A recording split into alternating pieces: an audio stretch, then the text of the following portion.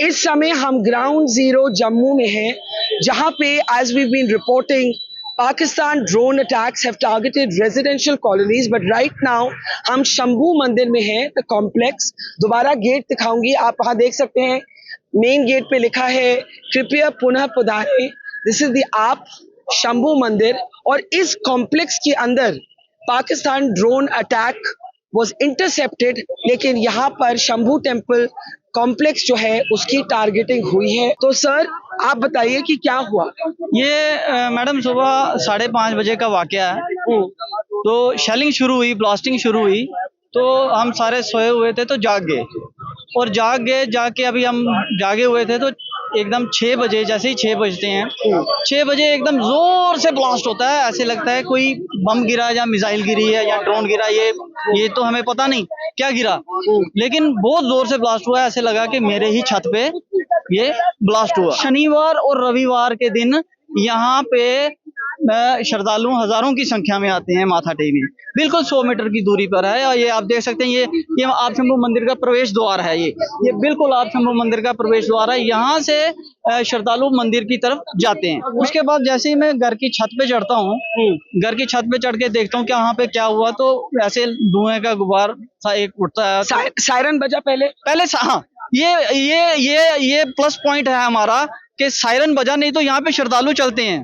तो सायरन बज चुका था और सब लोग अलर्ट हो गए थे, सारे अपने अपने घरों में थे। तो मैं छत पे चढ़ा, नहीं तो बहुत ज्यादा कैजुअलिटी होनी थी। बिल्कुल बहुत ज्यादा, क्योंकि यहाँ पे श्रद्धालु जाते हैं, बहुत ज्यादा कैजुअलिटी होनी थी। मैं छत पे चढ़ के देखता हूँ धुएं का गुबार, फिर मैं बाहर आता हूँ। जैसे ही बाहर आता हूँ, बाहर आके देखता हूँ कि हमारे घर के ही बैक साइड में तो ये घर है, घर बंद पड़ा, पुराना घर है। ये जिनका घर था वो बेच के वो चले गए। तो घर के अंदर कोई नहीं? घर के अंदर कोई नहीं था। ये जो टारगेट था मंदिर को ही टारगेट, अब जो रिहायशी आपको लगता है कि डिलिबरेटली मंदिर को टारगेट किया गया? बिल्कुल ये मंदिर को हिट किया गया। क्योंकि ये हजारों वर्ष पुराना प्राचीन मंदिर है, हमारा जम्मू का प्राचीन मंदिर है। मैं आपको पहले भी बता चुका हूँ, यहाँ पे शिवरात्रि के दिन लाखों की तादाद में यहाँ पे श्रद्धालु अपना माथा टेकने आते हैं, और सोमवार और शनिवार के दिन हजारों की तादाद में लोग आते हैं। और आज मैम आपको भी पता है शनिवार है, और शनिवार के दिन यहाँ पे मंदिर में यहाँ से ही लोग इसी रास्ते से। कितने बजे शुरू होता है वो?